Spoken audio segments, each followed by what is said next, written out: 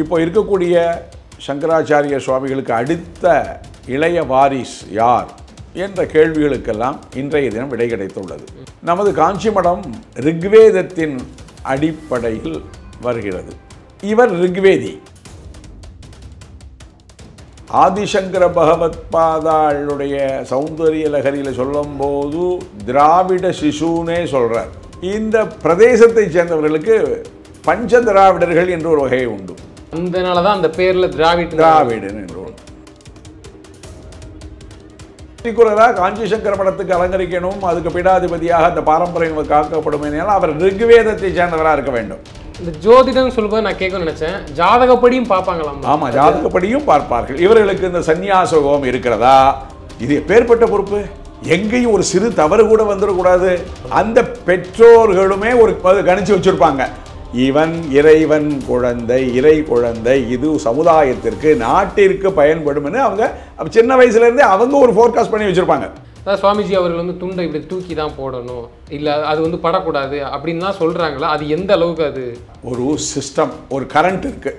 அந்த கரண்ட்டு நீங்கள் சர்வசாதாரணமாக போயிடுவேடா. இது மாதிரி அவங்க அப்படி அபியாசம் பண்ணி பயிற்சி பண்ணி அது ஒரு 10,000 வோல்டேஜ் கரண்ட்டு. அதில் போய் நான் கையை வைப்பேன்னா திருப்பி ரொம்ப ஓப்பனாக சொல்லணும்னா அடுத்தவங்களை குறை சொல்லி தன்னை முன்னிலைப்படுத்திக்கணும். நீ நமக்கு ஒரு அருள் வேணும் தானே அவற்றை போகிறோம். அப்போ அந்த அருளை அருளுபவர் எப்படி இருக்காரோ, எதை விரும்புகிறாரோ அப்படி நம்ம அதோட ஒத்து தானே போகணும். எனக்கு அருளும் வேணும், ஆனால் நான் என்னுடைய இஷ்டத்துக்கு அவர் வரணும்னா இது என்ன நியாயம்? அது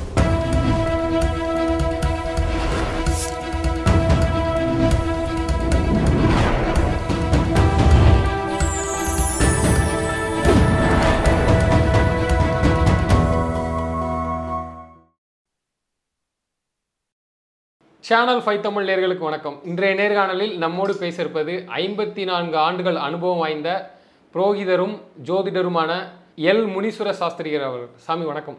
வணக்கம். காஞ்சி சங்கர மடத்தின் புதிய பீடாதிபதியாக கணேச சர்மா திராவிட் யார் சுவாமி அவர்கள் புதுசாக தேர்ந்தெடுக்கப்பட்டிருக்கார். அதை பற்றி கொஞ்சம் சொல்லுங்கள் சார். சேனல் 5 தமிழ் நேயர்கள் அனைவருக்கும் அக்ஷய திருதியை சுபதின வாழ்த்துக்கள். குரு பிரம்மா குரு விஷ்ணு குரு தேவோ மகேஸ்வரஹ குரு சாட்சாத் பரபிரம்ம தஸ்மை ஸ்ரீ குரவே நமஹ. 71வது பீடாதிபதி இன்றைய தினம் இறை அருளால் ரொம்ப நாளாக ஆன்மீக பக்தர்கள் இப்போ இருக்கக்கூடிய சங்கராச்சாரிய சுவாமிகளுக்கு அடுத்த இளைய வாரிஸ் யார் என்ற கேள்விகளுக்கெல்லாம் இன்றைய தினம் விடை கிடைத்துள்ளது. இவர் ஒரு சாதாரண பாடசாலை மாணவர். வேத கல்வி முழுமையாக வேதம், அந்த வேதம் சார்ந்த வேத அங்கங்கள் என்று கூறுவார்கள். நமது காஞ்சி மடம் ரிக்வேதத்தின் அடிப்படையில் வருகிறது. இவர் ரிக்வேதி. இவர்களது பூர்வீகம் என்று எடுத்துக்கொண்டால் தமிழ்நாடு தான். தமிழ்நாடு? ஆமாம். தஞ்சாவூர் பக்கம் வலங்கைமான்கிற ஊரில் இவங்க இருந்திருக்காங்க. ஆனால் ஆந்திராவோ கர்நாடகா என்னமோ சொன்ன மாதிரி அதுதான். இதெல்லாமே சார் கொஞ்சம் நம்ம சிந்திக்கணும். அதாவது அரசியல் நிர்வாகத்துக்காக, அரசாங்க நிர்வாகம் ரெண்டும், அதுக்காக சில பகுதிகள் பிரிக்கப்படுகிறது. அன்றைய தினம் பாரத தேசம் என்ன, கன்னியாகுமரியிலேருந்து காஷ்மீர் வரைக்கும் ஒரே தான். ராமேஸ்வரத்துலேருந்து ஹிமாலய பிரதேசம் வரைக்கும் ஒரே ஏரியா தான். இந்த அரபிக்கடலிருந்து வங்காள விரிகுடா, 4 திசைகள் 4 பக்கம். நிர்வாகத்திற்காக பிரித்து கொண்டார்கள். பிரசிடென்சி தமிழ்நாடு மெட்ராஸ் பிரசிடென்சின்னு பேர்.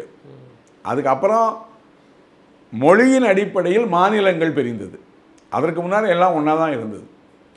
மன்னர்கள் ஆட்சி செய்தார்கள். மராட்டிய மன்னர்கள், தெலுங்கு தேசத்தைச் சேர்ந்தவர்கள், துளுவ தேசத்தைச் சேர்ந்தவர்கள், இப்படி பல இடங்களில் சேர்ந்தாங்க. அதை வச்சு தான் பிரிஞ்சதே தவிர இந்த திராவிடம்ங்கிறது இப்போ உள்ள கர்நாடகா, தெலுங்கானா, ஆந்திரா, மகாராஷ்டிராவில் உபாதி, இதெல்லாம் கேரளா, தமிழ்நாடெல்லாம் சேர்ந்தது தான். ஆதிசங்கர பகவத் பாதாளுடைய சௌந்தரிய லகரியில் சொல்லும்போது திராவிட சிசுனே சொல்கிறார். திருஞான சம்பந்தரை பற்றி குறிப்பிடுவர்கள் போது மகாபெரியவர்கள் சொல்கிறார்கள் திராவிட சிசுங்கிறது திருஞான சம்பந்தரை பற்றி சொல்கிறார் என்று சொல்கிறார்கள். இந்த திராவிட என்கிற சப்தத்திற்கு அவரவர்கள் அரசியல் ரீதியாக ஒரு பெயர் வச்சிருந்தா கூட இந்த பிரதேசத்தை சேர்ந்தவர்களுக்கு பஞ்ச திராவிடர்கள் என்ற ஒரு வகை உண்டு. அதனால தான் அந்த பேரில் திராவிடன் என்று ஒன்று. திராவிட உத்கல வங்கா நதிகள் பொதுவாக இந்த அறிவு சார்ந்தோர்களுடைய வாழ்க்கை எல்லாம் எங்கே துவங்கும்னா நதி ஓரங்கள் அதில் தான் இருக்கும். அவங்களுக்கு வேண்டிய அனுஷ்டானத்துக்கு நீரின்றி உலக அமையாது. அப்போது அந்த நீர்வள பிரதேசங்களில் தான் அவங்களுடைய வாழ்க்கைகள்லாம் இருந்தது. அதுபடி ஒரு காலகட்டத்தில் இங்கே இருக்கிறவங்க, எங்கள் தமிழ்நாட்டில் இருக்கிறவங்க காசிக்கு போகிறாங்க. ஒரு பாரதியாருடைய வாழ்க்கையை நீங்கள் எடுத்துக்கோங்க. அவர் காசியில் வாசம் பண்ணியிருக்கார். ஒரே ஒரு மனிதன் ஒரே இடத்துல அப்படியெல்லாம் வாழ்க்கையை எடுத்துன்னு போக முடியாது. எங்கே வரவேற்பு இருக்கோ அங்கே படித்தவர்கள் செல்வார்கள். அதன் அடிப்படையில் இன்றைய தினம் காஞ்சி மடத்தை அலங்கரிக்க வந்த சுவாமிகள் இன்றைய தினத்திலிருந்து அவர்கள் பெயரே மாறிவிடுறது, இந்த கணேச சர்மா திராவிடன். நீங்கள் இந்த அரசியல் திராவிடத்தை மனசில் வச்சுக்கக்கூடாது. நல்லா கிளியராக தெரிஞ்சுக்குங்க. நம்முடைய தேச நலன், தேச ஒற்றுமை, ஆன்மீக வளர்ச்சி, ஆன்மீகம் சிதைந்து போகாமல் இருந்து காப்பதற்காக கடவுளின் குழந்தை நேற்றைய வரை கணேச திராவிட் என்று இருந்தவர் இன்று புதிய இந்திர பட்டம் சத்ய சந்திரசேகரேந்திர சரஸ்வதி என்ற பெயருடன் நம்முடன் வந்து நம்மளை வழிகாட்ட இருக்கிறார். நிச்சயமா சாமி. இல்லை, வயசு 22 வயசு தான் அவங்களுக்கு ஆயிருக்கு. அது எப்படி, அது வயசுலாம் அதில் பார்க்க மாட்டாங்களா இந்த மாதிரி சுவாமிஜியாக வர்றதுக்கு? இல்லை அது வேற மார்க்கண்டேயன் 16 வயது என்றும் 16 நீங்கள் வெறும் சூக்ஷ்ம உடம்பு, ஸ்தூல உடம்பு. இந்த சூக்ஷ்ம உடம்புக்கு வயது கிடையாது, ஸ்தூல உடம்புக்கு தான் வயது. இங்கே அந்த குரு பரம்பரை அம்பாளின் வாக்காக இப்பொழுது 70வது பீடாதிபதியாக இருந்த விஜயேந்திர சரஸ்வதி சுவாமிகளுக்கு ஒரு இன்ட்யூஷன், ஆசேது விமாச்சல பரியந்தம் இருக்கக்கூடிய பாடசாலைகளில் இருக்கக்கூடிய வித்தியார்த்திகள், வேத கல்வி கற்றவர்களை எல்லாம் இவர் பார்த்து கொண்டு வருகிறார். அங்கங்கே மாணவர்களை பரீட்சை பண்ணுறார். நீ இந்த சப்ஜெக்டை படி, அதை படியெல்லாம் சொல்கிறார், என்கரேஜ் பண்ணுறார். அதில் தான் தேர்ந்தெடுக்கப்படுறாங்கன்னு சொல்கிறாங்க. ஆமாம், நன்கு வேதம் கற்றுருக்கணும் அப்படின்னு சொல்லிட்டு. அதுவும் பர்டிகுலராக காஞ்சி சங்கர மடத்துக்கு அலங்கரிக்கணும், அதுக்கு பீடாதிபதியாக அந்த பாரம்பரியம் காக்கப்படும். அவர் ரிக்வேதத்தை சேர்ந்தவராக இருக்க வேண்டும். 4 வேதங்கள் சொல்கிறார்கள் அல்லவா, ரிக்வேதம், எஜுர்வேதம், சாமவேதம், அதர்வேதம். இது காஞ்சி மடம் ரிக்வேதத்தினுடைய அடிப்படையில் இருக்கிறது. அப்படிதான் பீடாதிபதிகள் தேர்ந்து செய்வாங்க. ஆமாம். அதே நேரத்தில் வந்து பீடாதிபதிகளுக்கான இந்த இப்போ பொறுப்புன்னு ஒன்று வழங்கப்படும்ல, நீங்கள் எல்லாம் இதெல்லாம் கண்காணிக்கணும் அப்படின்னு சொல்கிறாங்க. பல விஷயங்கள் இருக்கும், மடத்துக்கான இடங்கள், மருத்துவ கட்டமைப்பு நிறைய இருக்குது, நம்ம பார்த்துருக்கோம். சோஷியல் சமூக சேவை இந்த ஸ்ரீமடம் பண்ண மாதிரி இந்தியாவில் வேறு யாருமே பண்ணதில்லை. அந்த அனுபவம் வந்து வயசுல தானே சாமி? ஆமா, இவர் வந்து இன்னும் இவரோடய தானே இருக்கார். விஜயேந்திர சரஸ்வதி கூடவே தானே இருக்கார். மகாபரிவா இருந்தா மகாபரிவா கூட ஜெயேந்திர சரஸ்வதி பயணப்பட்டார், ஜெயேந்திர சரஸ்வதியுடன் விஜயேந்திர சரஸ்வதி பயணப்பட்டார், விஜயேந்திர சரஸ்வதியினுடன் இன்றைய வந்த சத்ய சந்திரசேகரேந்திர சரஸ்வதி பயணப்படுகிறார். அந்த அனுபவம், அந்த பயணத்தோட இன்னும் படிப்பாருங்க. ஆமா, படிப்போம். பிரதி தினமும் படிக்க வேண்டும். கல்விக்கு வந்து கரையே கிடையாது. அவங்க எவ்வளவு கற்றாலும் கற்றது கையளவுன்னு அவையார் சொன்னா. இன்னைக்கு உள்ள காலத்தில் பார்த்தா அந்த கடுகுலையும் மைக்ரோ, அவ்வளவு நாலேஜ், ஃபாஸ்ட் நாலேஜ், அதனுடைய எண்டே கிடையாது.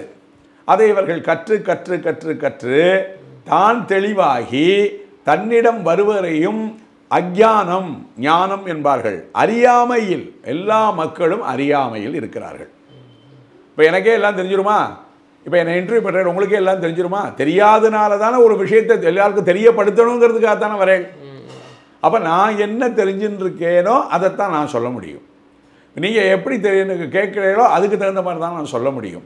இதுக்கு வயது முறை கிடையாது. அனுபவம். இவர் ஒரு 20 ஆண்டுகள் தன்னுடைய விவரம் தெரிஞ்சு ஒரு 10-15 ஆண்டுகள் வேதத்துவே அதிலேயே சஞ்சாரம் செய்து கற்று ஓரளவுக்கு தயாராகி சாஸ்திரங்கள் வாசித்து வேதம் சம்பந்தமான 6 அங்கங்கள் என்று சொல்லக்கூடியது வியாகரணம், சந்தஸ், சிக்ஷை, இந்த மாதிரியெல்லாம் கல்பம், அதில் ஜோதிஷமும் வருது 6 அங்கங்கள். இதெல்லாம் தெரிந்து இந்த ஜோதிடம் சொல்லும்போது நான் கேட்க நினைச்சேன், ஜாதகப்படியும் பார்ப்பாங்களாம்? ஆமாம், ஜாதகப்படியும் பார்ப்பார்கள். இவர்களுக்கு இந்த சந்நியாசோகம் இருக்கிறதா, அப்படியே சந்நியாசோகம் இருந்தால் கடைசி வரைக்கும் இருக்குமா, மத்தியில் பதிதன் மீன்ஸ் அதிலிருந்து கொஞ்சம் விலகிறதுக்கு உண்டான வாய்ப்புகள் இருக்கா, இதெல்லாம் இருக்குது. எல்லாத்துக்கும் மேலே இந்த ஜோதிடங்கள் எல்லாம் தூக்கி வச்சுருங்கோ, இந்த குருவனுடைய கடாட்சம் இருக்கு இல்லையா, தெய்வ கடாட்சம், அருள் நிதி, அது அவங்களுக்கு அந்த இன்ட்யூஷன் சொல்லும். இப்படி எல்லா மாணாக்கர்களையும் பார்க்கிறார்கள். ஆதிசங்கர பகவத்பாதாவுக்கு பாரத தேசம் முழுவதும் மாணாக்கர்கள், சிஷ்யர்கள். அதில் ஒரு 4 பேர், அந்த 4 பேரை அவர் தேர்ந்தெடுத்து 4 திசைகளிலும் உள்ள ஸ்ரீமடங்கள் எல்லாம் நியமித்தார். அப்படி வரும்போது இப்படி சஞ்சாரம் பண்ணி வரும்போது காஞ்சிக்கு வந்தார். காஞ்சிக்கு ஏன் வந்தார்னா, காஞ்சி ஒரு கலை களஞ்சியம், பொக்கிஷம் இருந்த ஊர். எல்லா விதமான கலையும் இருந்தது. நகரேஷு காஞ்சி. மோக்ஷம்னா என்ன, அறிவு சார்ந்து எல்லாவற்றிலையும் இருந்து ஒரு விடுதலை, லிபரேஷன், சுதந்திரமாக இயங்கிறது. சுதந்திரமாக யார் இயங்க முடியும்? அறிவு சார்ந்தவர்கள் தான். அவங்க எப்படி வருவாங்க? திடீர்னு வந்துட மாட்டாங்க. அவங்க அந்த சமுதாயத்தோடு பழகி, இதுக்காக அவர் காட்டில் போய் இருந்துட்டு தான் நாட்டில் வர முடியுமா? நாட்டு சமாச்சாரம் தெரிஞ்சுக்கணும், அன்றாடம் உடைய சூழ்நிலைகள் தெரிஞ்சுக்கணும், நாடு எங்கே போயிட்டுருக்கு, எப்படி போயிட்டுருக்கு, பக்தர்கள் எப்படி இருக்கிறார்கள், அவர்களுக்கு என்ன குறை, நமக்கு குறை சொல்ல தெரியாது, நம்ம குறையை நிவர்த்தி ஆகிறதுக்கு அவங்ககிட்ட அந்த குருமார்கள்ட்ட போய் நாம் சரண்டர் ஆகி, நீங்கள் பேசவே வேண்டாம். அழகாக திருமூலர் சொல்கிறார், குருவின் திருமேனி காண்டல் தெளிவு. அவங்கள பார்த்தாலே போகிறோம், அவங்க அனுகிரகம் பண்ணிடுவாங்க. அந்த பயிற்சி எல்லாம் இப்போ இருக்கக்கூடிய சுவாமிகள் இவருக்கு மேலும் மேலும் கொடுத்து மெருகேற்றுவார்.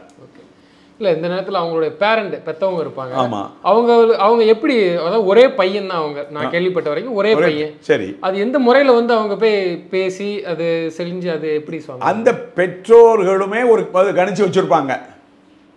ஒரு சாதாரணமாக சொல்கிறேன், இந்த பையன் நல்லா வருவான், இந்த பையன் ஊர் சுற்றுவான், இந்த பையன் பெட்ரோல் சொல்கிறது கேட்க மாட்டான், நம்ம வாழ்க்கையில் பார்க்குறோமோ இல்லையோ, அதே மாதிரி அந்த பெற்றோருடைய ஒரு கண்ணோட்டத்தில் இவன் இறைவன் குழந்தை, இறை குழந்தை, இது சமுதாயத்திற்கு நாட்டிற்கு பயன்படும்னு அவங்க சின்ன வயசுலேருந்தே அவங்க ஒரு ஃபோர்காஸ்ட் பண்ணி வச்சுருப்பாங்க. தாய் அறியாத சூலா என்று சொல்வார்கள். சூழ்னா கர்ப்பம், அந்த தாம கர்ப்பமாக இருக்கும் இல்லைங்கிறது தாய்க்கு தெரியுமோ இல்லையோ, அதே மாதிரி அந்த தாய்க்கு தன் பையன் எப்படி இருப்பான்ங்கிறது தெரியும். சொல்ல மாட்டாங்களா? தாயை போல பிள்ளை, நூலை போல சேலை என்று சொல்வார்கள் அல்லவா. இது நம்மளுடைய ஒரு சிற்றறிவை வைத்து இதை நாம் தீர்மானம் பண்ணிக்க முடியாது.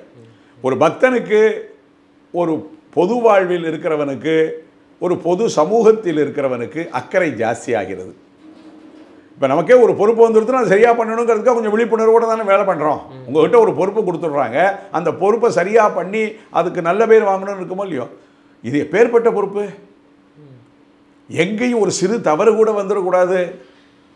தவறு வந்ததுன்னா இவருக்கு இல்லை, இவர் சார்ந்த அந்த பரம்பரைகள்னு சொல்கிறோமே, 70 பீடாதிபதிகள் 71 பீடாதியாக வரும்போது அப்போ இன்னும் எவ்வளோ பொறுப்பாக இருக்கணும், எவ்வளோ ஜாக்கிரதையாக இருக்கணும். அப்போ ஒரு தேடுதல் இருக்கும் குருமார்களுக்கு. சரி, இந்த சிஷ்யர் தேடுவார்.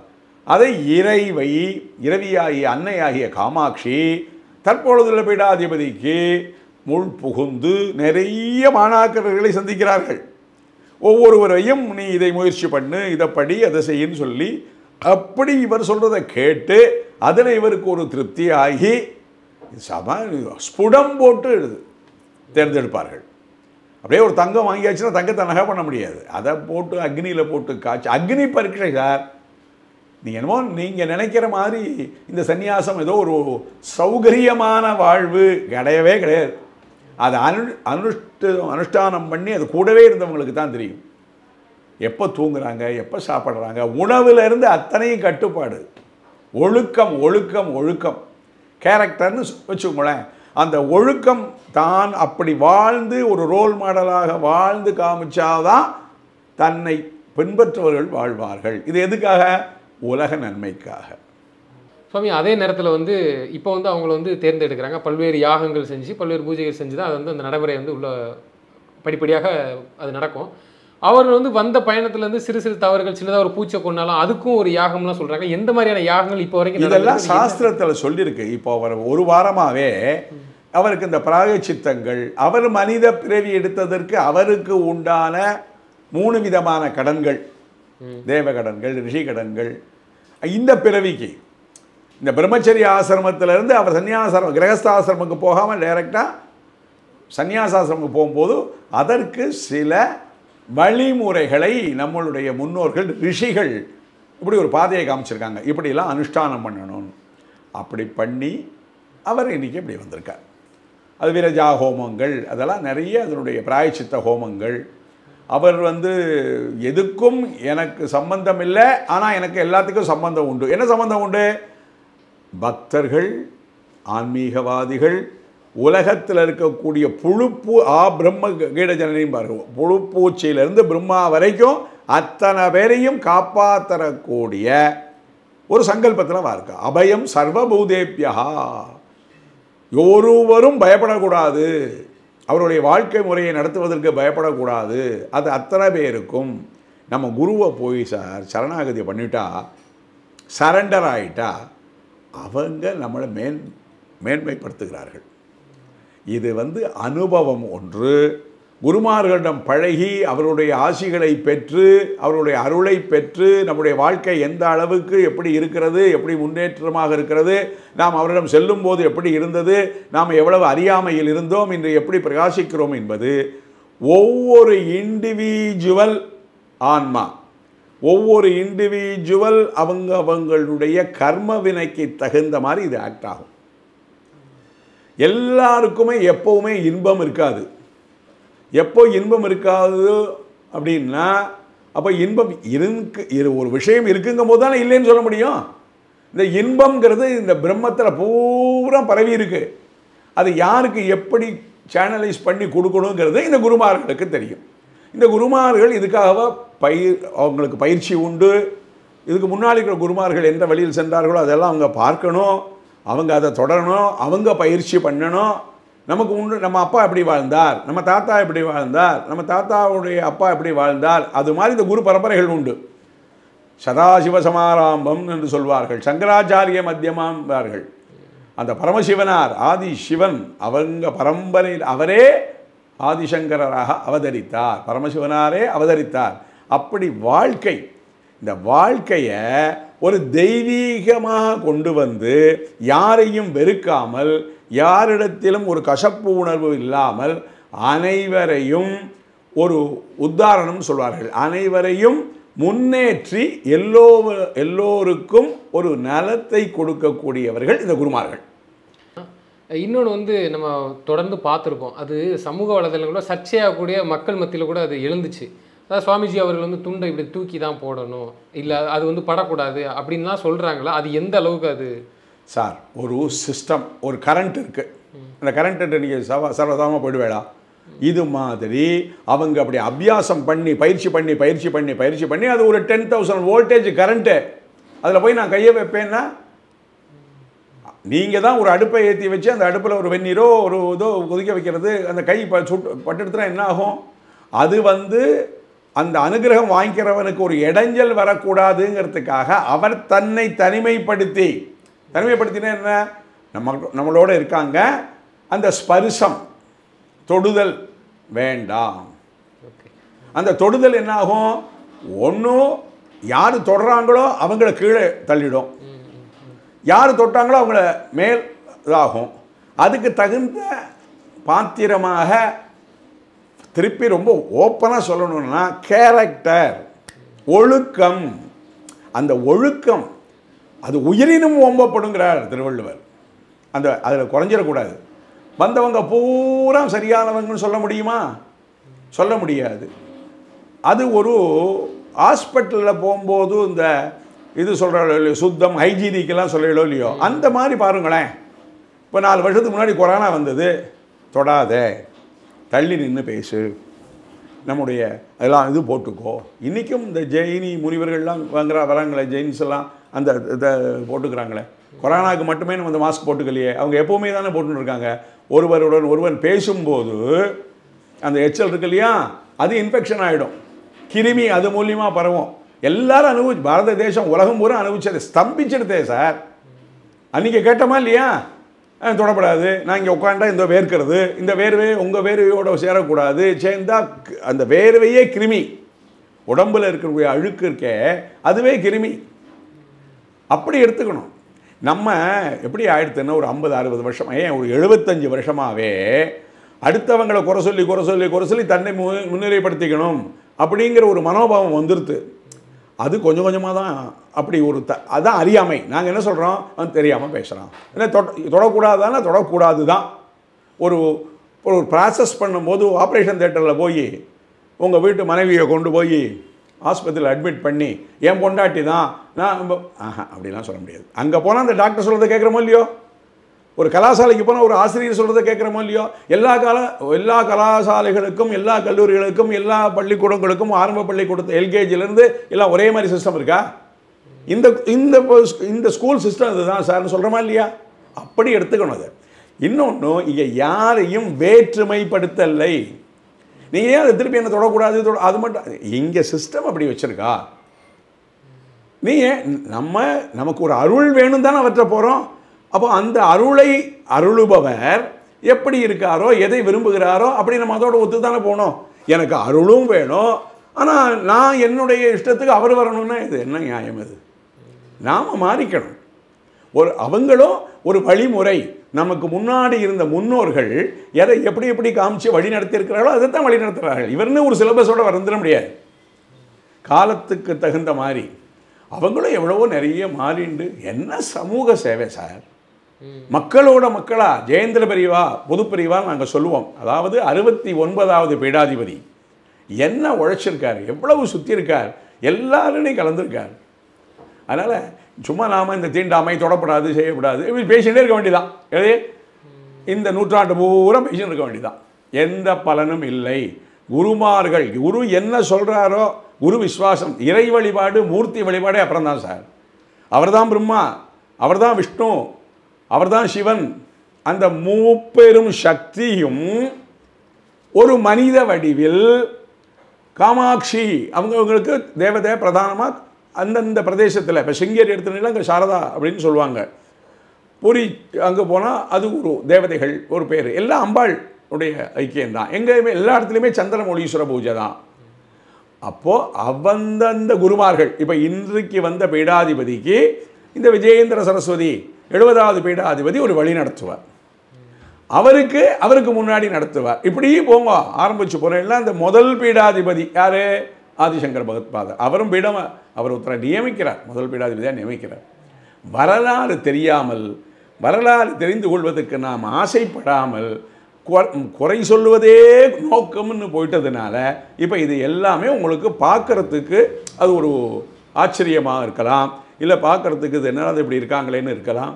அதனால் நம்ம அங்கே போகிறோம், அதனால் அவங்க பிஹேவ் பண்ணுறாங்க. உங்கள் விட்ட கிட்டக்க நின்றுட்டு என்ன தொடரும் அப்படின்னு சொல்லலையே, அப்படி எடுத்துக்கணும். நம்மளை சிந்தனையை மாற்றிக்கொண்டால், நாம் குருமார்களை வணங்கும் போது அவர்கள் சிஸ்டம், அவர்களை ஏதோ அதுக்கு உடன்பட்டு தான் செல்ல வேண்டும். நீங்கள் ஒரு ஆஃபீஸுக்கு வேலைக்கு போகிறேன், அங்கே ஒரு சிஸ்டம் வச்சுருக்கா, நீ இந்த சீட்டில் தான் உட்காரணும், அதுக்கு மேலே ஒரு ஆஃபீஸர் இருந்தால் அந்த சீட்டில் உட்காரக்கூடாதுன்னு கேட்குறீங்களோ இல்லையோ? என்ன உட்காந்தாதான் என்ன, எல்லாம் ஒன்று தானேன்னு சொல்ல முடியுமா? எல்லாருக்கும் ஒரே நாள் தானே சம்பளம், எல்லாருக்கும் ஒரே நேரம் தானே வேலைக்குன்னு கேட்க முடியுமா? அதுதான். இதை புரிந்து கொள்ள வேண்டும். புரிந்து கொள்வதற்கும் இறை அருளும் குரு அருளும் வேண்டும். அதே நேரத்தில் சுவாமி, தமிழ்நாட்டு மக்கள் மத்தியில் சும்மாவே ஒரு ஒரு பொய் செய்தி மாதிரி ஒரு பரப்பணும், இப்படி தான் திணிக்கணும் அப்படின்னு சொல்லிட்டுலாம் நம்ம பார்த்துருப்போம். தமிழுக்கும் மடத்துக்கும் பல ஒரு முரண்பாடு இருக்குது அப்படின்னு சொல்கிறாங்க. சமீபத்தில் கூட இதே மாதிரி தமிழ் தாய் வாழ்த்து பாடும்போது எந்திக்கல சுவாமிஜி அவர்கள் அப்படின்னு சொல்லிட்டு ஒரு கருத்து இருக்குது. சொல்லுங்கள் சார், இதெல்லாம் ஒரு பெரிய விஷயமே இல்லை. இப்போ நீங்கள் என்கிட்ட பேட்டி எடுக்கிறேன், நான் இதுதான் சிஸ்டம் சொல்ல போகிறேன். நீங்கள் சொல்கிறதுக்கெல்லாம் உங்கள் சமாதானத்துக்கு சொல்ல முடியாது. என்ன இருக்கோ அதுதான் சொல்ல முடியும்.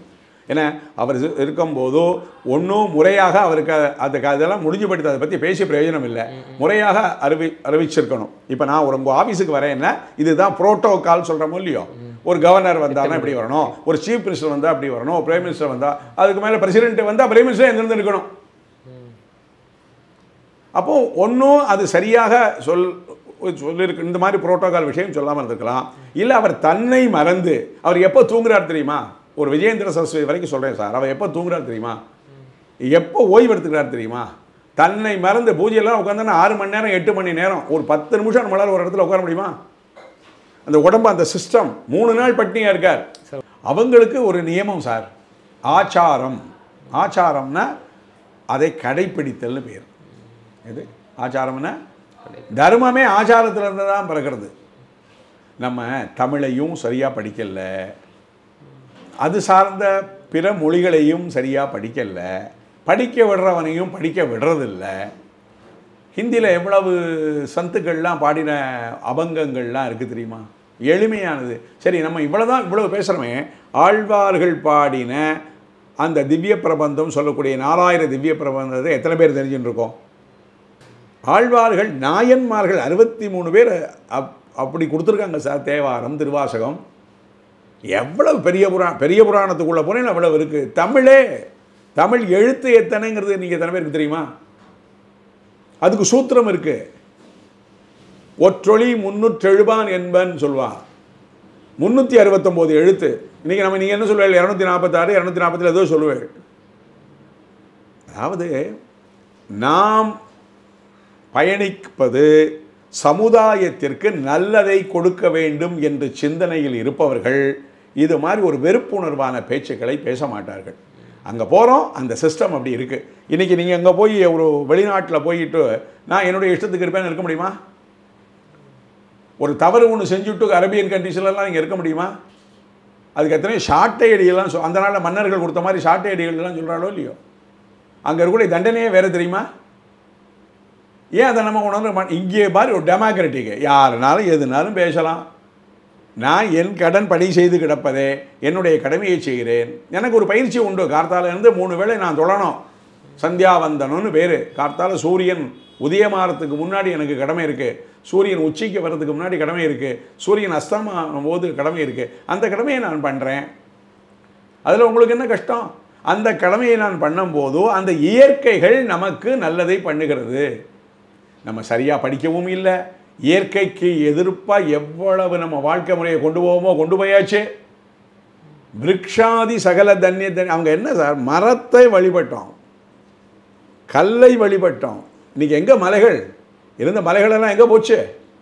இதெல்லாம் யார் பண்ணினது? தப்பிதமான ஒரு வழிகாட்டுதல். நீர்நிலைகளையே நம்ம கும்பிட்டோம் சார். அந்த நீர்நிலை நம்மளை பரிசுத்தப்படுத்துறது. குருவினுடைய பாதோதகம் பேர், சந்திரமௌலீஸ்வர பூஜை பண்ணுற பாதோதகம் பேர். அந்த அபிஷேக நீரை நீ குடித்தால் குடித்த மாத்திரத்தில் என்ன, நீ பியூரிஃபை ஆகிடுற. பியூரிஃபைன்னு என்ன? நம்ம சித்த சுத்தம் நம்முடைய பார்வை, நேர்கொண்ட பார்வை, ஒழுக்கமான வாழ்வு முறைகள், அதை அவர் தான் கடைப்பிடிச்சு நீ இப்படியெல்லாம் பண்ணினா நீ உன்னுடைய வாழ்க்கை நலமாக இருக்கும். சிஸ்டம் ஆச்சாரம்னா உன்னை ஒதுக்கிறது இல்லை. நான் இப்படி வச்சுருக்கேன், நீங்கள் இப்படி வா. உணவு கட்டுப்பாடு, உணவிலிருந்து தான் புத்தியே வேலை செய்கிறது. ஆகார சித்தோ சித்த சுத்திகி. நம்ம சித்தம் சித்தம் அழகியார் பாடாதால் நம் சிவன். உங்களுக்கு சித்த சுத்தி வந்துருத்தோன்னா, உங்களுடைய புத்தி சரியானபடி இயங்கி இருந்தீங்கன்னா இறைவன் உங்களை ஆட்கொள்கிறார். நீ இறைவனை ஆட்கொள்வது வேறு, இறைவன் உன்னை ஆட்கொள்வது வேறு. அப்படித்தான் இறைவன் ஆட்கொண்டு இறைவன் நேரடியாக வருவாரான்னா வரமாட்டார். அப்போது அந்த உபாசனை யார் என்ன பண்ணிட்டு இருக்கு. நீங்கள் ஏன் என்ன தேடி வர? இவற்றை ஒரு செய்தி கிடைக்கும், நம்முடைய சந்தேகங்களுக்கெல்லாம் இவர் ஒரு விளக்கம் கொடுப்பாங்கிறது தான் தேடி வர. எல்லாரையும் தேடி வரலோ. அதே மாதிரி தான் அந்த குருமார்கள், அது தெய்வ அவங்க என்ன சொல்லுவாங்க, நீ இங்கே போய் வழிபடு, உனக்கு ஒரு பயிற்சி வேணும். இத்தனை நாள் சபரிமலை ஐயப்பன் கோயிலுக்கு போகிறான். அப்போது ஒரு இந்திரிய கட்டுப்பாடு, புலன் கட்டுப்பாடு, உணவு கட்டுப்பாடு, இதெல்லாம் வருது. இப்படி ஒவ்வொரு கோவில்களுக்கு ஒவ்வொரு வழிமுறைகள். எல்லாம் எதுக்கு? நம்ம செம்மையாக வாழ்ந்து நம்ம நல்ல விஷயங்களை அடுத்த தலைமுறைக்கு எடுத்துட்டு போய் எல்லோரும் எல்லாம் பெற வேண்டும் என்பதற்காகத்தான் இந்த வழிபாட்டு முறைகள், அதை நடத்தக்கூடிய ஆச்சாரியர்கள், குரு பரம்பரையினர்கள். உங்களை யாரும் படிக்க வேண்டாம்னு சொல்லலை, படிக்க நம்ம முயற்சி பண்ணலை. தெரிந்து கற்க கற்க கற்க இப்போ நாங்கள்லாம் படிச்சுட்டே இருப்போம் சார். நாங்கள்லாம் ஒரு சமயத்தில் சைலண்ட் ஆகிடலான்னு தோணும். சைலண்ட் அது ஒரு பெரிய அனுகிரகம், பேசவே வேண்டாம். குருமார்களை அதான் சொல்கிறார், குருவின் திருமேனி அவங்களுடைய சரீரத்தை நீ பார்த்தாலே போகிறோன்னு. இவ்வளவு பேசுகிறாலே, அவர் வரும்போது ஆட்டோமேட்டிக்காக நம்மகிட்ட ஒரு தெய்வீக உணர்வு வரும். இந்த பீடாதிபதியெலாம் பார்க்கும்போது ஒரு கதை ஒன்று சொல்கிறேன். வள்ளலார் மேலே ஏதோ கேஸ் போட்டு கோர்ட்டுக்கு போகும்போது கேஸு கொடுத்த வாதி பிரதிவாதியெல்லாம் சொல்கிறாங்களே, எல்லோரும் கொடுத்துருக்காங்க. வள்ளலார் உள்ள அந்த கோர்ட் அந்த நீதிமன்றத்துக்குள்ளே நுழையும் போது ஜட்ஜிலேருந்து அத்தனை பேரும் எதிர்த்து நின்றுட்டாங்களாம். ஜட்ஜு சொன்னாராம், இனிமேல் இதில் விசாரணைக்கு என்ன இருக்குது சார், என்னை ஆகர்ஷணம் பண்ணி என்னுடைய புத்தி, என்னுடைய சொல், என்னுடைய செயல், இது அவருக்கு நாம் கட்டுப்பட்டு இருக்க வேண்டும்ங்கக்கூடிய ஒரு என்வாயர்மெண்ட்டு, ஒரு சூழ்நிலையை உருவாக்கக்கூடிய அளவுக்கு அவர் இருக்காருன்னா, அப்போ அங்கே ஒரு தெய்வீக சக்தி இருந்தால் தானே முடியும். தெய்வ சக்தி எல்லாருக்கும் இருக்கு, நீங்களும் தெய்வம் தான் சொல்லுவாங்களே, மனிதனும் தெய்வம் ஆகலாம். அடுத்தவனுக்கு கெடுதல் பண்ணாமல் இருங்கோ தெய்வம், அடுத்தவன் நன்னா இருக்கட்டும் நினைங்கோ தெய்வம். இந்த அடுத்தவன் நன்னா இருக்கட்டும், நாடு நல்லா இருக்கட்டும், வீட்டில் உள்ளவர் தெருவில் உள்ளவர்களாம் நல்லா இருக்கட்டும், நல்லா இருக்க வேண்டும்ங்கிற சங்கல்பம் பண்ணி தான் இந்த பீடாதிபதிகள் குருமார்கள் எல்லாம் பூஜைகள் பண்ணி, இப்படி நான் பண்ணுறேன், என்ன நீ ஃபாலோ சிஷ்யர் சொல்கிறாரோ இல்லையோ, ஏன்னா என்ன பண்ணினா நீ க்ஷேமமாக இருப்ப.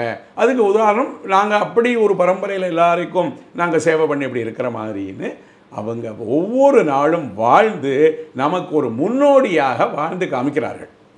நீங்கள் சொன்னீங்க அவர் தமிழ்நாட்டை பூர்வமாக கொண்டவர் தான் அப்படின்னு சொன்னீங்க. இல்லை, இப்போ அதே நேரத்தில் விமர்சனத்துக்கு உள்ளாவது என்னென்னா, அவர் வந்து பக்கத்து ஸ்டேட்டில் உள்ளவங்க அது எப்படி பீடாதிபதிக்கு வந்து இந்த மடத்துக்கு வந்து இப்படி வைக்கலாம் அப்படின்னு சொல்கிறாங்க சார். ஒரு மினிஸ்டர்ஸ் எடுத்துக்கோங்க, இப்போ டெல்லியில் எடுத்துக்கோங்க, தமிழ்நாட்டில் எடுத்துக்கோங்க, அங்கே ஒரு பாரத தேசத்தில் எடுத்துக்கோங்க, ஒவ்வொரு ஸ்டேட்லேருந்தும் இல்லையா? ஒரிசாவில் இருக்கிறவங்க கல்வி அமைச்சராகிறது இல்லையா? கேரளாவில் இருக்கிறவங்க ரயில்வே அமைச்சராக இல்லையா? அவங்கெல்லாம் மொழி ஏன் நீங்கள் கரன்சியில் எதுக்கு அத்தனை மொழியை போடுவானே? ஒரே மொழி இருக்கட்டும் அப்படின்னு இருக்க முடியுமா? செப்பு மொழி 18 நாம் பாரதி, இருப்பினும் சிந்தனை ஒன்றுடையாள்ங்கிறான். யோசிச்சு பாருங்க, எந்த மொழியாக இருந்தானே சார். சார் நீங்கள் நல்லா இருக்கணும், ஆமாம், சர்வே ஜனாக சுகினோ பவந்து அப்படின்னு சமஸ்கிருதத்தில் சொல்கிறோம், எல்லோரும் நன்றாக இருக்கட்டும். நான் தமிழில் எல்லோரும் நன்றாக இருக்கட்டும், எல்லோரும் இன்புற்று தாயுமானவர்னு ஒரு சாது தமிழில் எத்தனை பேருக்கு தெரியும்? திருச்சி பகுதியில் இருக்கிறவங்களுக்கு தெரியும். அவர் கொடுத்த அந்த பாடல்கள் இப்போ மறைஞ்சிட்டார், நம்மகிட்ட இருந்து இருந்தார். ஓங்காரானந்த சுவாமிகள் நிறைய அதை கொண்டு வந்து வெளியிலிருந்து கொடுத்தார். கைவல்ய நவநீதம், ஐயா வள்ளலார் எடுத்துங்க சார். வள்ளலார் சொன்னதை நம்ம கேட்டோமோ? அஹிம்சை, ஜீவஹிம்சை பண்ணாதே. யோசிச்சு பாருங்க, எல்லாமே கேரக்டர். உள்ளொன்று வைத்து புறம் ஒன்று பேசுவார், உறவு கலவாம். என்ன அழகாக சொல்லிட்டு போயிட்டார். அது வேண்டும் இது வேண்டும், சரி என்ன வேண்டாம்? ஒருமையுடன் நினது திருமலரை நினைக்கின்ற உத்தமர்தான் உறவு வேண்டும். ஏகாகிரமாக கான்ஷியஸ், நம்முடைய கான்ஷியஸ் வேற எங்கேயும் சிதறாமல் நம்முடைய மனசு ஒருமைப்பாடோட உன்னுடைய திருவடியை நினைக்கின்ற யார் நினைக்கின்றார்களோ அவர்களுடைய உறவு வேண்டும். நான் என்ன பண்ணுவேன், அதை சிம்பிளாக சத்சங்கம்னு விடுவேன். சத்சங்கம்னா என்ன? நல்லோர்கள் சேர்க்கை. அங்கே நல்லது தான் பேசுவாங்க. நமக்கு உடலுக்கு இதமான உணவுப் பொருள்களை சொல்லுவ இடம் சத்சங்கம். உடம்புக்கு வேண்டாம் அதெல்லாம் நான் சொல்லணுங்கிற அவசியம் இல்லை. எப்படி ஓப்பனாக பேச வேண்டாம். டிவிலேயே ஒரு ஒன்று பண்ணுவான், ஒரு சினிமாவிலேயே ஒன்று காமிச்சுட்டோ இதுக்கு உடல் நலனுக்கு கெடுதல், இது என்னது? இது நியாயமா? ஒருத்தன் வந்து ஒன்றை ப்ராக்டிஸ் பண்ணுறான், இது உடல் நலனுக்கு கெடுதல்னு ஒன்று போட்டு இருக்குமே. இதை ஒன்று அதை பண்ணணும், இல்லை இதை பண்ணணும். நீ இது பண்ணினா தப்புங்கிறதையும் நான் சொல்லுவேன், தப்பையும் பண்ணிட்டு இருப்பேன்னா இதுக்கு விடிவு உண்டா? அப்போது தனி மனிதனுக்கு அவருக்கு தெரியாது, அவன் பாவம் அப்படி இருக்கான்னா பெற்றோர்கள் சொல்லுவாங்க. முதல் குரு யார்? மாதா பிதா குரு. இதெல்லாம் சரியாக இருந்ததுன்னா தெய்வம் வந்துடுறது. அந்த அவங்ககிட்ட இருக்கக்கூடிய அந்த சக்தி, அந்த அருள் நிதியை தான் பூஜை பண்ணி மெடிடேஷன் வச்சுக்கோங்களேன். பூஜைன்னா வேண்டாம், மெடிடேஷன். உங்களால் ஒரு 5 நிமிஷம் கண்ணை மூடிட்டு உங்கள் மனசை எங்கேயும் ஓட விடாமல் இருக்க முடியுமா? சங்கர மடத்துக்கு போங்க, 6 மணி நேரம் 8 மணி நேரம் பூஜை. வந்த பக்தர்களுக்கெல்லாம் முகம் சுளிக்காமல் கருணை. சும்மா தெரிஞ்சிக்காம அங்கே போனால் துவேஷம், ஜாதி பார்க்குறாங்க, மதம் பார்க்குறாங்க, இது பிராமண மடம் அப்படி இல்லை. பிராமணன்னா அறிவு சார்ந்தவன் அர்த்தம் சார். நீங்களும் பிராமணன் தான். நல்ல அறிவு ஒருவனுக்கு வேலை செய்யுமே ஆனால் அவன் பிராமணன். நல்ல அறிவை தீயதுக்கு பயன்படுத்தினால் அவன் அப்ராமணன். உங்களுக்கு ஒரு எனர்ஜி இருக்கு, உங்களுக்கு ஒரு கெட்டிக்காரத்தனம் இருக்கு, நீங்கள் படிச்சிருக்கீள், அதை வச்சுட்டு நல்ல காரியத்துக்கு அதை பண்ணுவேளா, கெடுதலுக்கு பண்ணுவேளா? திருப்பி சொல்கிறேன் சார். புலன் அடக்கம், இந்திரிய அடக்கம், யாகாவாராயினும் நாகாக்க. எனக்கு தான் பேச தெரிகிறதுன்னு நான் பேசிடக்கூடாது, பயந்து தான் பேசுகிறேன். ஏன்னா நான் பேசும்போது முன்னாடியும் விட்டுட்டு பின்னாடியும் விட்டுட்டு இவர் இப்படி சொல்லிட்டார், அது யாருடைய தவறு? நல்லா படிக்கணும். கற்க, எந்த செய்தியும் கற்கனா செய்தி வாங்கிக்கிறது சொல்லுங்க. செல்வத்துள் செல்வம் செவி செல்வம்.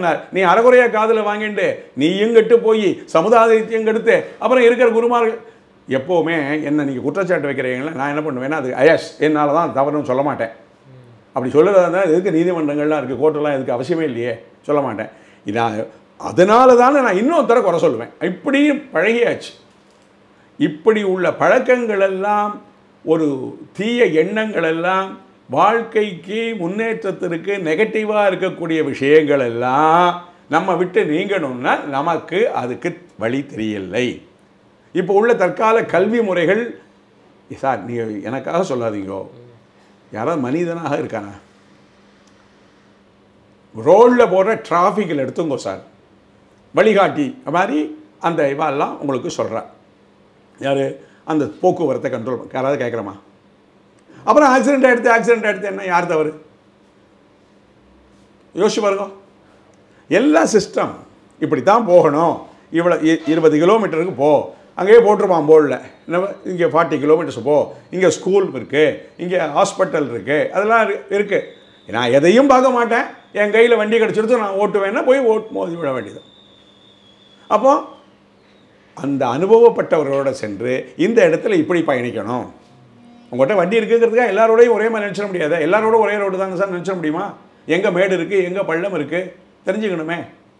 இதையெல்லாம் சொல்லி கொடுப்பது அன்றாட வாழ்வியல். ஒரு மனிதன் எப்படி வாழ வேண்டும், பிரத்தியாருக்கு எவ்வளவு உபகாரமாக இருக்க வேண்டும்.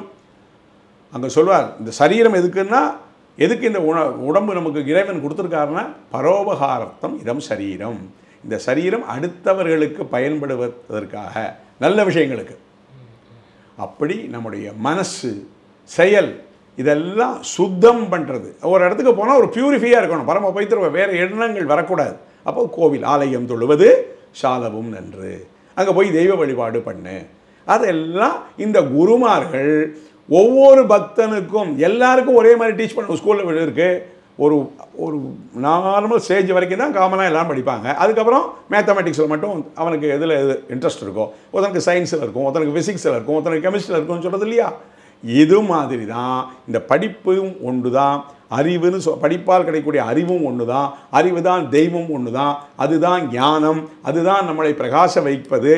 அது ஆதிசங்கர பகவத்தர் 2500 ஆண்டுகளுக்கு முன்னாடி ஒரு பரம்பரையாக வந்து நினச்சி பாருங்க. ஒரு இவ்வளவு எத்தனை பேர் அதை டிஸ்கரேஜ் பண்ணினாலும் இன்றைக்கி வந்து நிற்கிறதே சார், உலகம் பூரா கவனிக்கிறதே சார். போட்டி அதில் அதிகமாக வருமா சார்? அதுக்கும் போட்டி வருமா அந்த புதிய சங்கராச்சாரியோட? போட்டி பொறாமைக்கே இடம் கிடையாது. இல்லை ரேஸ் இருக்குன்னு சொல்கிறாங்க. இல்லை நீங்கள் நினச்சிக்கிறீங்க அப்படி தான். இப்போ திருப்பதி வெங்கடாஜலபதி யாருக்கும் போட்டிக்கு போகிறாரா? மயிலாப்பூர் கூட கபாலீஸ்வரர் எங்கேயாவது போட்டிக்கு போகிறாரா? நம்ம ஊரில் இருக்கக்கூடிய ஒரு கிராம தேவதை எங்கேயாவது போட்டிக்கு போகிறதா? அது பாட்டுக்கு இருக்கு. நீ வந்து உன்னுடைய அபிப்பிராயத்தை கொண்டு அங்கே வச்சுட்டு உன்னுடைய அபிப்பிராயத்தை சொல்கிற, அவங்க அப்படி, இவங்க இப்படி, அந்த யூனிவர்சிட்டி மோசம், இந்த கல்வி சாலை மோசம், அந்த ஸ்கூல் மோசம்னு நம்ம அபிப்பிராயத்தை அது மேலே ஏற்றுறோம். அது வந்து ஏதாவது உங்கள்கிட்ட கேட்டதா? எந்த ஸ்கூலாவது உங்கள்கிட்ட வந்து எனக்கு அட்மிஷன் வேணும்னு, நான் உன்னை பாபா சேர்க்கணுன்னதா? நம்மளை தானே விரும்பி போகிறோம். மருத்துவ உலகத்தில் நீ எதுனால ஒரு கடை, அந்த கடையில் அநியாய விலை வைக்கிறான், நீ தானே போகிற. எந்த கடைக்காரன் என்கிட்ட தான் வந்து வாங்கணும்னு சொன்னானோ? அப்போது நம்ம தானே செலக்ட் பண்ணுறோம். அந்த செலக்ட் பண்ணுறது தான் புத்தி. அந்த புத்தியை சரியானபடி எடுத்துட்டு போகிறது தான் இந்த குருமார்களுடைய. அதே நேரத்தில் வந்து அவர் இப்போ புதுசாக பீடாதிபதியாக இருக்கக்கூடியவங்களுக்கு வந்து அடுத்த கட்டமாக இருக்கவங்களும் சரி, வயசில் மூத்தவங்களாம் சரி, ரொம்ப மரியாதை நம்ம கொடுக்கணும். ஏன்னா அந்த இடத்துக்கு வந்ததுக்கப்புறம் அப்படிங்கிறாங்களா? அது எந்த மாதிரி? குரு பீட்டம்னு வந்தாச்சுன்னா இங்கே வயசெல்லாம் கிடையாது. தட்சிணாமூர்த்தின்னு ஒரு கோயில்களில் பார்த்துருப்பேன். தென்முக கடவுள். தட்சிணாமூர்த்தி இந்த மூர்த்தியை வந்து ரொம்ப வாலிபமாக காமிச்சிருப்பாங்க. கீழே இருக்கக்கூடிய சிஷ்யர்கள் எல்லாம் பார்த்தீங்கன்னா வயசானவங்களாக இருப்பாங்க. அறிவை பெற்றவர்கள், அதில் வயசு வித்தியாசமே கிடையாது. இப்போ என்னை விட வயதில் குறைந்தவர்கள் நிறைய படித்திருந்து என்னை விட நிறைய விஷயங்கள் எல்லாம் தெரிந்து கொண்டால் நான் அவர்களுக்கு நமஸ்காரம் பண்ணலாம். இதில் நீ பெரியவன் நான் பெரியவன் கிடையாது. நீங்கள் நாலேஜை வந்து ஒரு ஃப்ரேம்குள்ளே கொண்டு வர முடியாது சார். இல்லை போட்டியாக சொல்ல வரல, பட் ஆனால் அவங்க அந்த இடத்துக்கு போயிட்டாங்கன்னா அதெல்லாம் இருக்கும். அதாவது அவங்களுக்கு ஒன்றும் கிடையாது சார். அவங்க பண்டிதாக சமதரிசனகா, அவங்களுக்கு எல்லாம் ஒன்று தான். ஒரே சங்கல்பம் தான், எல்லாரும் நல்லா இருக்கணும். சத்ருவன் அவங்களுக்கு சத்ருவே கிடையாது. நீ அவங்கள சத்ருவா விரோதமாக பார்த்தா அதுக்கு நம்ம என்ன பண்ண முடியும் இல்லையா? நம்ம வீட்லேயே 4 பேர் இருக்காங்க. அந்த 4 பேர் அண்ணன் தம்பிகள், அக்கா தங்கைகள், அவங்களுக்கு வேண்டிய சம்பந்திகள், அவங்க கல்யாணம் பண்ணி போனவங்க வந்தவங்க எல்லாம் இவங்களுக்குள்ளே இது ஒரு வீடு தான். நல்லதொரு குடும்பம், பல்கலைக்கழகங்கிற இடம் இல்லையோ, அங்கே ஒருத்தருக்கு ஒருத்தர் போட்டியாக இருக்கணும்னு எந்த பெற்றோரும் நினைப்பாங்களா? அப்போ போட்டியாக இருக்கிறது, அந்த போட்டி போட்டியாக வரலாம். ஆனால் அது போட்டி கூட ஒரு வளமையாக இருக்கணும். நீ இதை அச்சீவ் பண்ணிட்டியா, நான் இன்னும் பண்ணுறேன்னு வரணும். அதில் போட்டி வரணும், பொறாம கூடாது. காம, குரோத, லோப, மோக, மதம், இந்த 5 கூட பரவாயில்ல ஒரு மனிதனுக்கு இருக்கும் சார். மாத்சரியம் கூடாது. உங்களை சேர்ந்தவர்கள், உங்கள் பகுதியைச் சேர்ந்தவர்கள், உங்களது நண்பர்கள், கூட படித்தவர்கள் ஒரு நல்ல ஜம்மன் இருந்தான்னா அவனை பார்த்து பொறாமப்படக்கூடாது. நீங்கள் பொறாமப்பட்டேன்னா நீங்கள் தான் கீழே போவீங்க. இந்த மாதிரி நல் ஒழுக்கங்கள், வேல்யூஸ், ஃபேமிலி வேல்யூஸ், ஒரு சுற்றுப்புறத்தில் இருக்கக்கூடிய வேல்யூஸ், நேச்சரை பாதுகாக்கிற வேல்யூஸ், இதெல்லாம் இந்த ஸ்ரீமடங்கள் சொல்லிக் கொடுக்குறது. அங்கே தான் அந்த கோசாலைகள், வாயில்லா பூச்சி, அது கோவதம் பண்ணாதே, 5 விதமான பாதங்கள், அதில் கோவதாதீனாம், பசுக்களை கொல்ல, உயிரை ஹிம்சை பண்ணாதே. கார்த்தாலேருந்து சாயங்காலம் வரைக்கும் நான் தான் பண்ணிவிட்டு எனக்கு நல்லது நடக்கணும், எப்படி சார் நடக்கும்? அதுக்கு தான் அந்த வள்ளலார் கதை சொன்னேன். வாடிய பயிரை கண்டு வாடினேங்கிற. நம்ம பக்கத்து வீட்டுக்காரன் நல்லா இருந்தானே இவனுக்கு புசு புசுங்கிறது. அப்போது இந்த சிந்தனைகள், அப்படியா, என் கஷ்டம் எனக்கு. அத்தனை சித்த புருஷர்கள் சார் யாரும் லக்ஸரிஸாக இருந்ததில்லை. 18 வகை சித்தர்கள்லாம் கேள்விப்பட்டிருக்கோ இல்லையோ, யாரும் சௌக்கியமாக இருந்ததில்லை. ஆனால் தன் எடுத்துன்ற கடமையை செவ்வனே செய்தார்கள். பிறர் பொருளுக்கு ஆசைப்பட மாட்டார்கள். போட்டி பொறாமை கிடையாது. நல்லா இருக்கட்டுமே, அந்த எண்ணத்தை அது திடீர்னு வந்துடாது. அவங்களோட அந்த கும்பலில் சேர்ந்துக்கணும், அந்த சத்சங்கத்தை சேர்த்துக்கணும், அந்த குருமார்கள் போகிற பாது, ஓ அப்படியா அப்படியா அப்படியா, அப்படி கேட்டு தான் நாம் பயன்பெற வேண்டும். இறுதியான ஒரு கேள்வி, காஞ்சி மடத்தை குறித்து வந்து பல்வேறு அரசியல் ரீதியாக பல்வேறு விமர்சனங்கள் வச்சுருக்கிறாங்க. நம்ம அந்த கடந்து வந்த பாதையில் பார்த்துருப்போம். இப்போவும் வைக்கிறாங்க. இந்த புதிய பீடாதிபதி விஷயத்துலையும் அவ்வப்போது வச்சுட்டு இருக்கிறாங்க. அவங்களுக்கு உங்களோட பதில் மட்டும் இல்லையா? என்ன பதிலாம் சார், குறை சொல்கிறோன்னு சொல்லிகிட்டே இருப்பான். என் கடன் பணி செய்து கிடப்பதே. நான் வேஷ்டியை நல்லபடி கட்டிட்டு போனால் பாரு அவர் ரொம்ப பாட்டாக போகிறாரு அப்படிமா.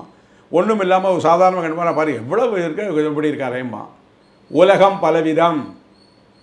உங்களுக்கு என்ன சார், அவன் சொன்னால் சொல்லிட்டு போட்டோம். என்றைக்கு சொல்லலை சார், என்றைக்கு சொல்லலை. எந்த புராணங்கள் எடுத்துக்கோங்க, இதிகாசங்கள் சொல்லுங்க, அந்த கேரக்டர், அந்த ஒரு கதாநாயகனை கீழே இழுக்கிறதுக்கு எவ்வளவு செயல்கள் இருக்குது. ஏதாவது ஒரு புராணத்தில் அப்படி இல்லைன்னு சொல்லுங்க, எல்லாத்துலேயும் இருக்கே. இதெல்லாம் கடந்து தான் வரணும். இதுக்கு சப்போர்ட் எங்களுக்கு யார் தெரியுமா? இந்த பஞ்சபூதங்கள். நீங்கள் வந்து ஒரு தனிப்பட்ட முறையில் அவர் அப்படி இருக்கார் இப்படி இருக்கார் நீங்கள் குறை சொல்லலாம்.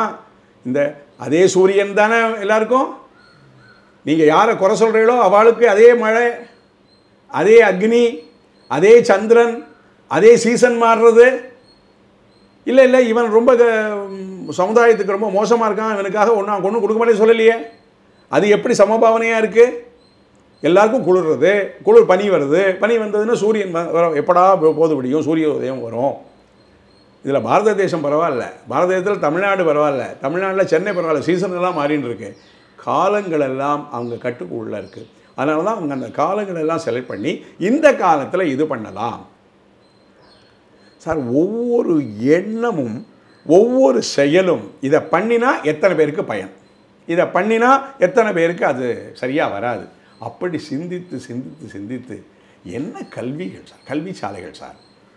நீங்கள் மனசு வந்து ஒத்துணுட்டா நம்ம யாரை ஒத்துக்கிறோமோ அவன் பெரியவனாயிடுவான்னு ஒரு ஒரு இதான எண்ணம், தாழ்வான எண்ணம். ஒன்றும் எங்கேயும் போக வேண்டாம். ஒரு 30-40 வருஷத்துக்குள்ள டெவலப் ஆனதான் இந்த தாம்பரம் இருக்கே, இங்கே போங்க, அங்கே ஒரு சங்கர வித்யாலயா, அந்தண்ட போங்க கொஞ்சம் தள்ளி ஊரப்பாக்கம்னு சொல்கிற இப்போ இந்த கிளாம்பாக்கம் பக்கத்து அங்கே ஒரு சங்கர வித்யாலயா. கல்வி சாலை. அந்த கல்வி என்ன, எப்படி இருக்கணும் கல்வி? இவனை செம்மைப்படுத்துவதாக இருக்க வேண்டும். இதில் ஒரு கிளாஸில் 40 பேர் இருக்கான், 40 பேரும் 100% மார்க் எடுக்க மாட்டான், அது கொஞ்சம் போக வரும் அதுவும். ஆனால் யாரோ அந்த கல்வியில், இந்த கலாசாலையில், இந்த கல்வி சாலையில் முதன்மை மாணவன், இந்த மாவட்டத்தில் முதன்மை மாணவன், இந்த ஸ்டேட்டில், இந்த மாகாணத்தில், இந்தியாவில் வருது இல்லையா? அது மாதிரி இந்த குருமார்கள் ஆங்காங்கே ஆங்காங்கே, அது தமிழ்நாடாக இருக்கட்டும், கேரளாவாக இருக்கட்டும். நான் சொல்லிட்டேனே 18 லாங்குவேஜ் சொல்கிறார் பாரதியார். சமீபத்தில் வாழ்ந்து நம்மளோட வாழ்ந்து மறைஞ்சவர் ஒரு கவி, தெய்வீக கவி. இயற்கை அவரை மாதிரி வர்ணிக்க முடியுமா? தீக்குள் விரலை வைத்தால் நந்தலாலா உன்னை தீண்டும் இன்பம்ங்கிறார். காக்கை சிறையிலே நந்தலாலாங்கிறார். எதை பாடலை? இயற்கையை பேண வேண்டும். இயற்கையை பேணுவதற்கு உண்டான மார்க்கங்களை இந்த குருமார்கள் நதி எடுத்து பாருங்க. எல்லாம் நம்ம வந்து என்ன பண்ணிட்டோம், ரொம்ப படிச்சுட்டோன்னு எல்லாத்தையும் அலட்சியப்படுத்தி எல்லா நீர்நிலைகளெல்லாம் கெடுத்து, இயற்கையை கெடுத்து, மரங்கள்லாம் இருந்ததுன்னா நல்லா மழை பெய்யும்பாங்க, மரங்களெல்லாம் வெட்டிட்டு அப்புறம் மழை இல்லைன்னு என்ன பண்ண முடியும்? இந்த மாதிரி சமுதாயத்திற்கு வேண்டாத நெகட்டிவ், வேண்டாத குணங்களை எல்லாம் போக்கி நல்ல விஷயங்களை இந்த குருமார்கள் வழி வழியாக நமக்கு தெரிஞ்சு அதுக்கு முன்னாடி இருக்குது யுக கணக்கெல்லாம் நம்ம சொல்லிட்டு வரோமே இல்லையா? 2025 2025ங்கிற போது அதுக்கு முன்னாடியே 432 வருடத்துக்கு முன்னாடியே இவர்களுடைய வரலாறு பிறந்ததெல்லாம் இருக்கே. அதெல்லாம் நமக்கு வேணாம் சார். இப்போ நமக்கு கண்ணுக்கு மூடி காஞ்சி பரமாச்சாரியார் வாழ்ந்து காமிச்சார். அதுக்கப்புறம் ஜெயேந்திர சரஸ்வதி 68வது பீடாதிபதி, 69வது பீடாதிபதி, இப்போ 70வது பீடாதிபதி பிரகச்சு, இப்போ 71 கொண்டு வந்திருக்கார். அந்த நம்மளுடைய வாழ்வு சிறப்பாக இருந்து சமுதாயத்தில் எல்லோராலும் நாம் போற்றப்பட வேண்டும், மதிக்கப்பட வேண்டும் அப்படின்னா அதுக்கு ஒரு வாழ்வியல் முறையை இந்த குருமார்கள் போதிக்கிறார்கள். அவர்கள் சொல்வதை கேட்டு நாம் நலம் பெறுவோம். நிச்சயமா சாமி, எங்கள் கருத்துக்களை பகிர்ந்தமைக்கு நன்றி. வணக்கம். எல்லோருக்கும் எல்லாம் எப்பொழுதும் கிடைப்பது அதற்கு உண்டான பிரார்த்தனை தான். எல்லோரும் எப்போதும் இன்பற்றிருப்பதற்காக பிரார்த்திக்கின்றேன். இந்த அக்ஷய திருதியை நன்னாளில் நீங்கள் கேட்ட கேள்விகளுக்கு நம்ம எல்லாருடைய சந்தேகத்தையும் போக்க முடியாது. எனக்கு தெரிந்ததை என்னுடைய குருநாதர் அவருடைய பாதார விந்தங்களை வணங்கி உங்களுடன் பகிர்ந்து கொண்டேன். அனைவரும் எல்லோரும் எப்போதும் இன்புற்று இருப்பதற்காக குருநாதரை பிரார்த்தனை செய்து கொள்கிறேன்.